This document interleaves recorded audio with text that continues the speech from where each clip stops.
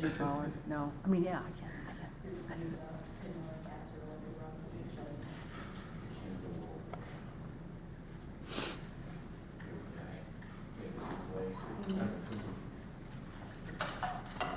Does that make any sense? Yeah. Yeah. That's scary. It will. All right.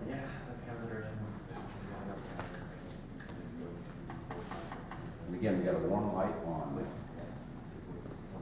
cool grays, terror, flannel. There's a couple of ways to handle that. A lot of times what I try to do, I'm not gonna do it right now, but I can tell you, is I will paint the color of the light first and then the object second. You The know, light first and what? object second. Okay. Like on the street or something, sometimes, you know, you've got warm sunlight on it, so I'll get the warmth first, then I'll lay some of the gray on top of that, letting some of that warmth kind of hang around, you know, kind of feels then like a warm light on a cool surface.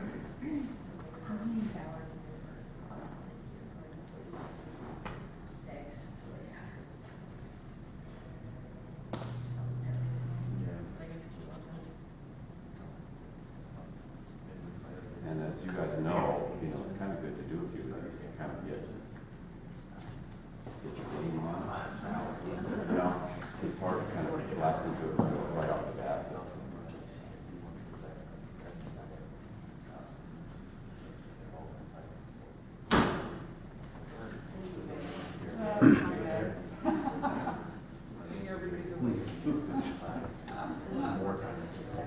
Jumpy,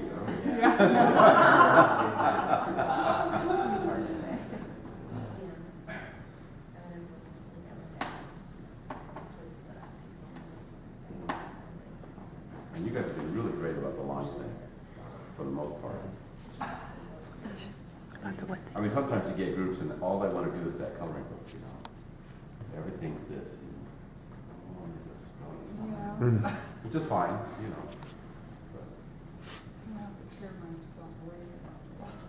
You know, I never stay in lines anyway. I mean, you're drawing, every time you're touching the canvas, which is brush, you're drawing, right? Or you should be thinking that way. But I don't know what it is about a line, but for me, if I put a line down, it just is a boundary that I feel is so permanent. Like once I got that line there, it's like, okay, that's for sure always going to be in that spot. I can't change it. Just me, I think.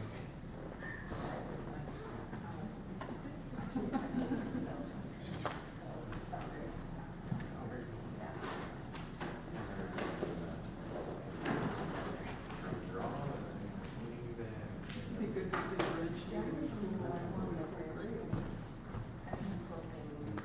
Yeah, good color scheme.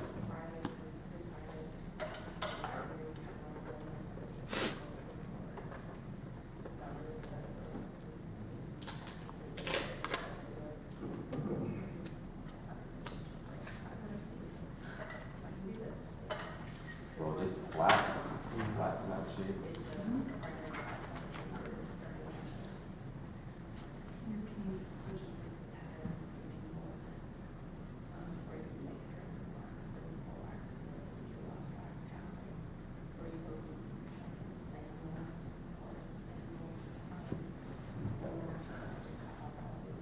think I pushed it over.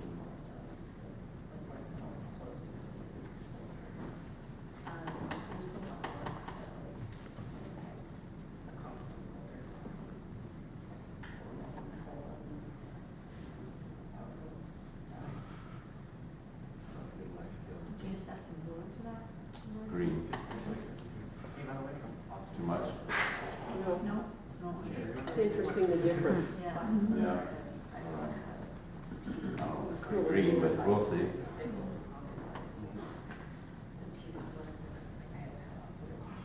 Oh, yeah. So I'm definitely piecing them together. Yeah. It's not always the best way to do it, but I want to show you guys something.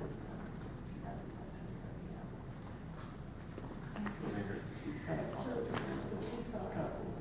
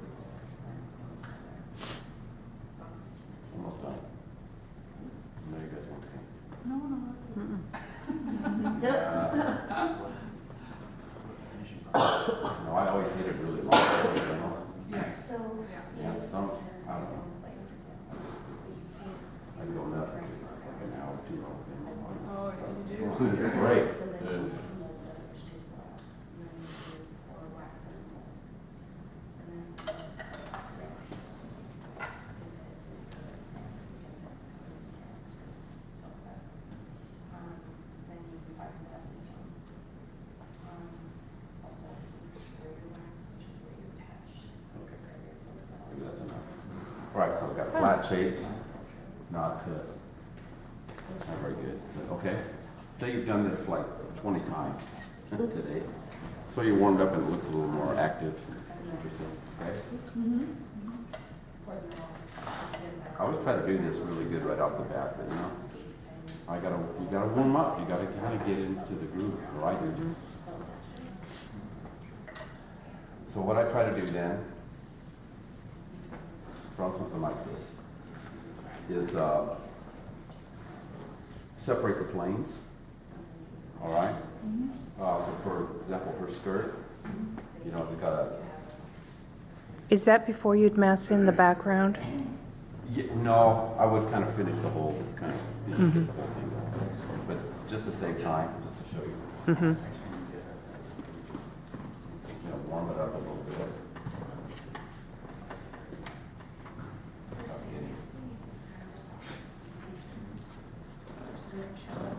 And there's that tendency to straighten and to balance, you know, when we render. That's why I get you to force the action at this stage more than I did. You know, really push it, like from one knee to her other knee. There's a tendency to make this just straight across, right? But you know, if you force the action enough, you get this kind of a line, and as you render it, it comes up to maybe here, and that's good, right? But if you start with this kind of a line, straight across, which is the tendency, right, then you definitely won't have any. Yeah, everything will be straight and even. I mean, I do this all the time. I really watch myself not to do it.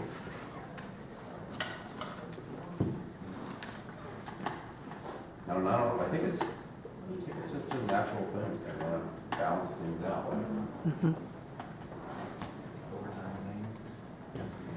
All right, actually, that's not a bad guy here. So we have a top plane and a front plane, right? Pretty obvious. And a little bit of a side plane.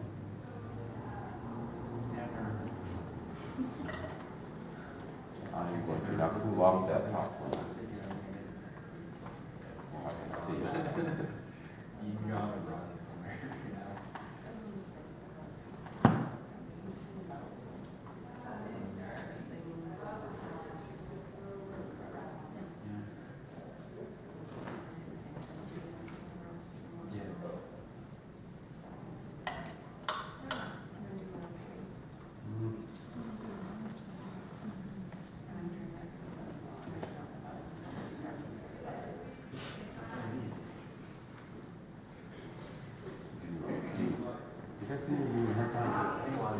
What's that?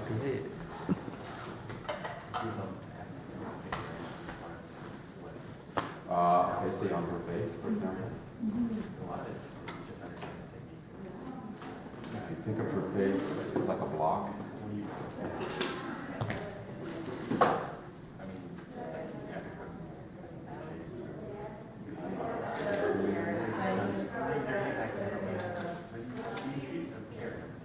Like this.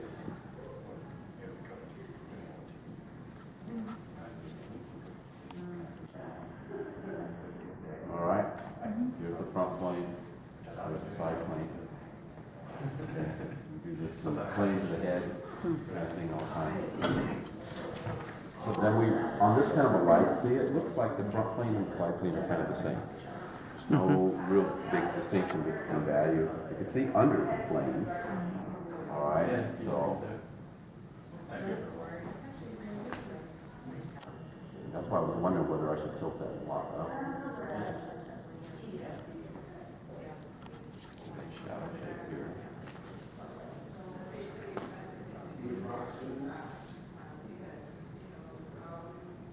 Look at him for just a minute. Keep talking.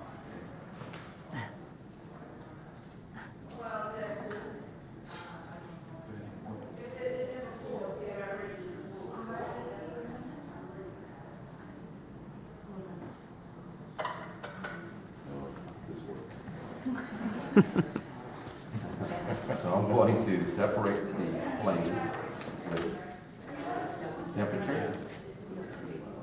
I like to do this on the last day because if you guys start thinking about this on day one, it slows everything way down. Might even stop here. Good. Thanks. It might be. Right, my bag is the same. My calendar actually says So this is going to be Thursday is. Yeah, sure.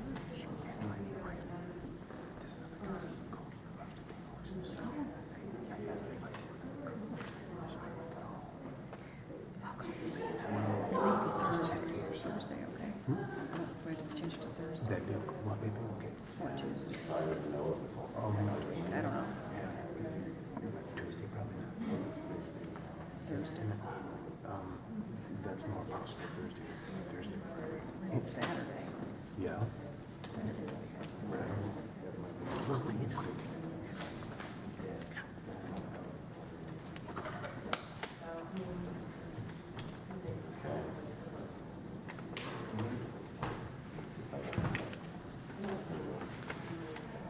That's this.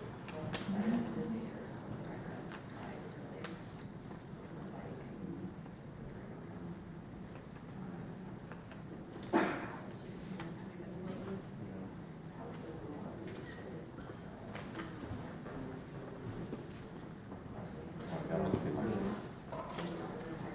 My grandmother. Okay. Yeah. Friday.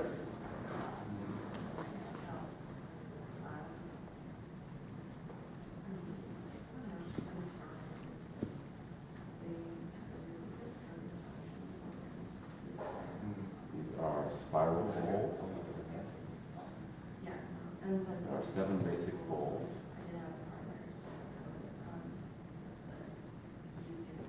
These are spiral folds as well.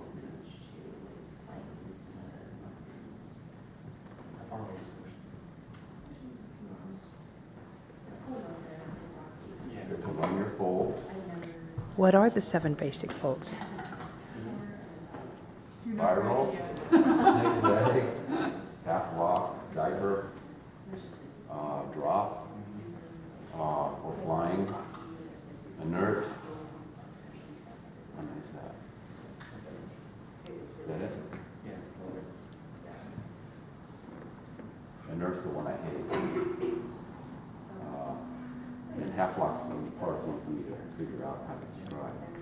Right on the bottom. I never had a full It'd be interesting. When they teach them, they used to teach them. Oh, pipes and pipes.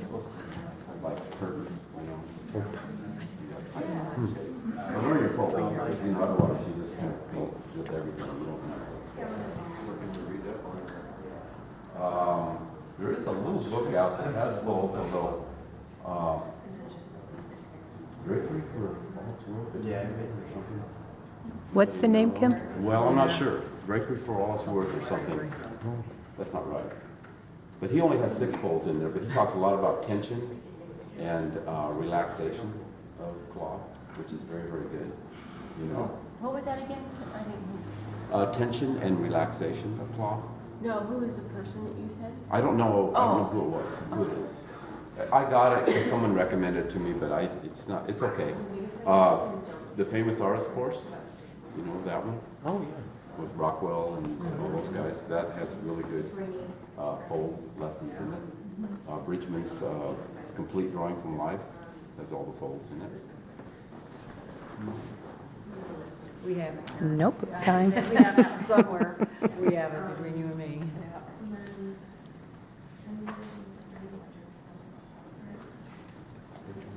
Yeah. It's so scary. You know, around the, it's called the orbicularis muscle, you know, for your mouth. And it's, in art school, it was a lot like half a tennis ball. They cut a tennis ball in half and stuck it right here. It's kind of like that, right? The lips kind of go up and around that shape. You know, it's not just a flat thing. So you don't just draw a line for the lips, you know, it's actually a round shape. If you look like this at a face, you'll see that the face is curved, right? So the jaw is, and then that ball fits right on top of the jaw. So if you think of the structure of what you're painting, And, you know, after you've done a bunch of quick things for 4 days and someone's made you do it, you know, and you get the energy and all that that you're trying to do all week, then you want to think about what it is, the structure of what it is you're doing. You know, kind of, I do this because it's kind of nice to know the next step, you know, because, you know, you guys have been great, actually. A lot of times people say, well, what do you do then? You know, so, Yeah, we're still trying to figure out what we were doing. Yeah, what the first step? Keep doing what we're doing. yeah.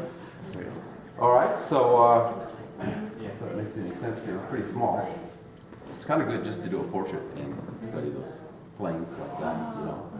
I'm gonna do planes of the head here in about a month, and so it's fun for me.